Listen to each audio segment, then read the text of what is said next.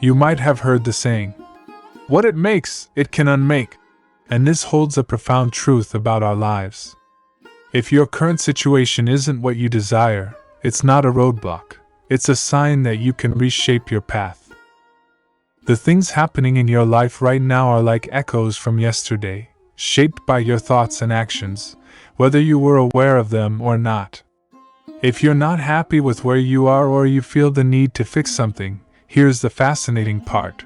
You can go back in your imagination and recreate a different yesterday. Your past mistakes, whether in your personal or business life, don't have to define your present. Have you had a disagreement with a loved one, missed out on a business opportunity, or faced a not-so-great job interview? Here's the magic. What made those situations can be unmade. You have the incredible ability to turn the wheel backward, to rewrite and recreate. So, let's explore together how this power can shape a brighter today and tomorrow. All life, throughout the ages, is nothing but the continuing solution of a continuous synthetic problem. H. G. Wells. Today's events are bound to disturb yesterday's established order. The creatively active imagination invariably unsettles a pre-existing peace of mind. The question may arise as to how, by representing others to ourselves as better than they really were, or mentally rewriting a letter to make it conform to our wish, or by revising the scene of an accident, the interview with the employer, and so on could change what seems to be the unalterable facts of the past. But remember my claims for imagining. Imagining creates reality. What it makes, it can unmake. It is not only conservative, building a life from images supplied by memory, it is also creatively transformative, altering a theme already in being. The parable of the unjust steward gives the answer to this question. We can alter our world by means of a certain, illegal, imaginal practice, by means of a mental falsification of the facts, that is, by means of a certain intentional imaginal alteration of that which we have experienced. All this is done in one's own imagination. This is a form of falsehood which not only is not condemned, but is actually approved in the gospel teaching. By means of such a falsehood, a man destroys the causes of evil and acquires friends, and on the strength of this revision proves, judging by the high praise the unjust steward received from his master, that he is deserving of confidence. Because imagining creates reality, we can carry revision to the extreme and revise a scene that would be otherwise unforgivable. We learn to distinguish between man who is all imagination and those states into which he may enter. An unjust steward, looking at another's distress, will represent the other to himself as he ought to be seen. Were he, himself, in need, he would enter his dream in his imagination and imagine what he would see and how things would seem and how people would act after these things should be. Then, in this state, he would fall asleep, feeling the way he would expect to feel under such circumstances. Would that all the Lord's people were unjust stewards mentally falsifying the facts of life to deliver individuals forevermore. For the imaginal change goes forward, until at length the altered pattern is realized on the heights of attainment. Our future is our imaginal activity in its creative march. Imagine better than the best you know.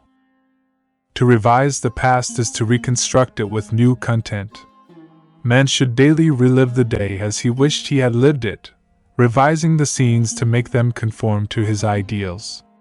For instance, suppose today's mail brought disappointing news. Revise the letter. Mentally rewrite it and make it conform to the news you wish you had received.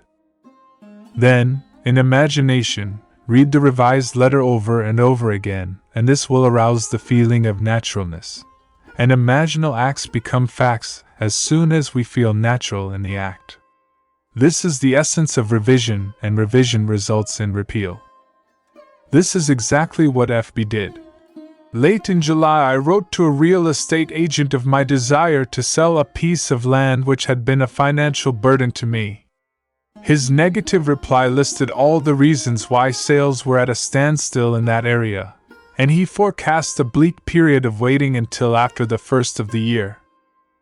I received his letter on a Tuesday, and in my imagination I rewrote it with words indicating that the agent was eager to take my listing. I read this revised letter over and over, and I extended my imaginal drama using your theme of the four mighty ones of our imagination from your book Seed Time and Harvest: the producer, the author, the director, and the actor. In my imaginal scene as producer, I suggested the theme, the lot is sold for a profit. As the author, I wrote this simple scene which, to me, implied fulfillment.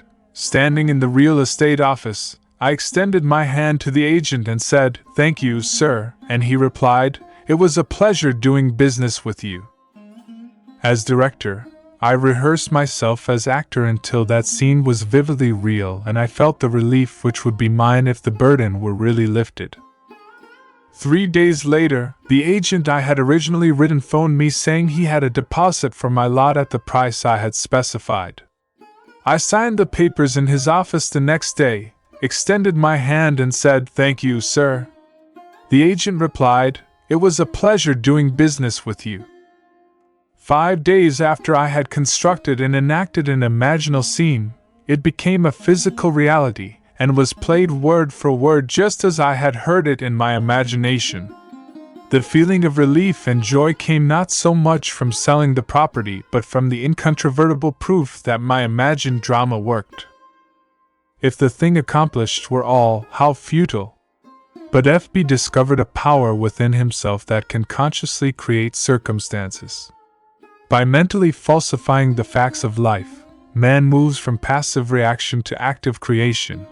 This breaks the wheel of recurrence and builds a cumulatively enlarging future.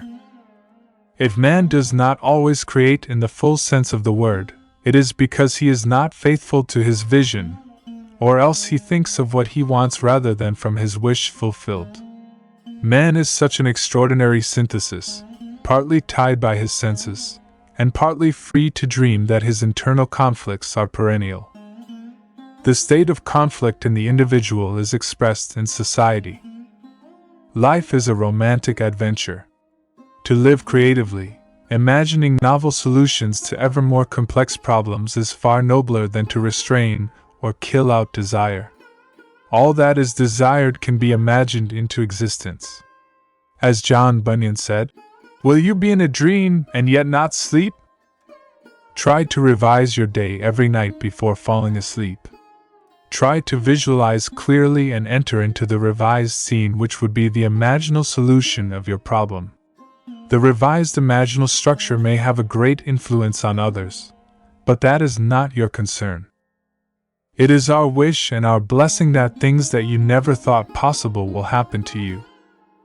To support us, please subscribe the channel, Rumi Sufi Mystic, and press the like button.